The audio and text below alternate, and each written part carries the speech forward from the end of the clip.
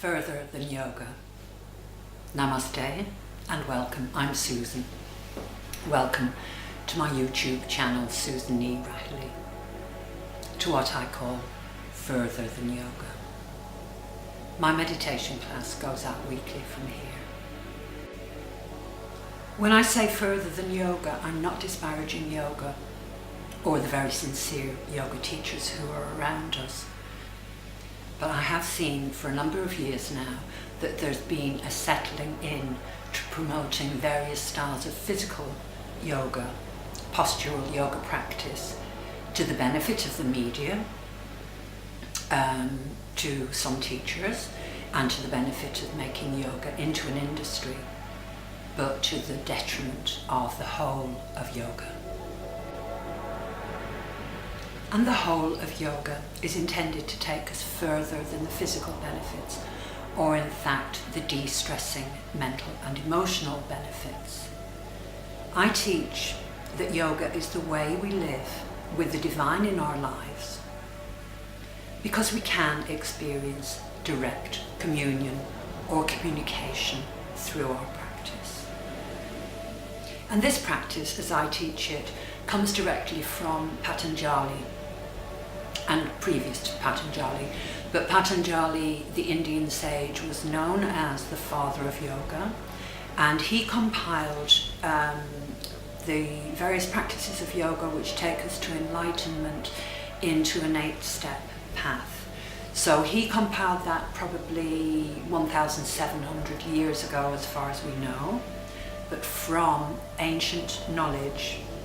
Prior to that, the knowledge was ancient, far before that, and before the Christian era. It's beyond what we know currently, and it's what I call further than yoga. Yoga is known as our union with divine consciousness, but there is another translation, as there are often more than one translations for most Sanskrit words. Sanskrit is the traditional, sacred language of India and the language of yoga.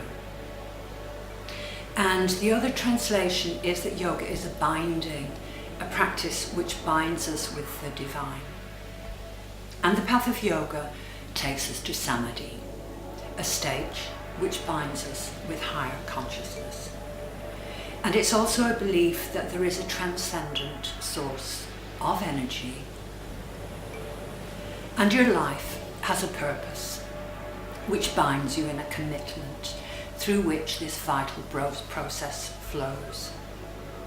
This vital divine power which is outside of us as human beings. It's your bliss. It's your bond with life and divinity. And when we practice together in this spirit, we are bonded, not separated by styles, forms, lifestyle, or disposable income, etc., but unified by simple, practical teaching and practices. With these practices, we lift up individually to meet the divine, our source, God, the light. We open up spiritually. We open up to our own divinity, and you yourself understand direct communion with the divine. Being taken beyond what we know of heaven and earth, to connect with that part of yourself that is connected. To expand your understanding. Why is this important? What does it mean? And why are we doing it? Because this is the way that some of us need. We are old souls awakened in the West, and we need this yoga to see our own way forward, to grow and mature, because that is what life, your soul, demands. To expand our minds and our perceptions of life. Life is happening, and it's important to me that we all stop waiting and do something now. Your connection with divinity affects me. It affects your friends and your family. your neighbours, your community, the world, the environment and the planet. We need to get on with it. Enlightenment is now.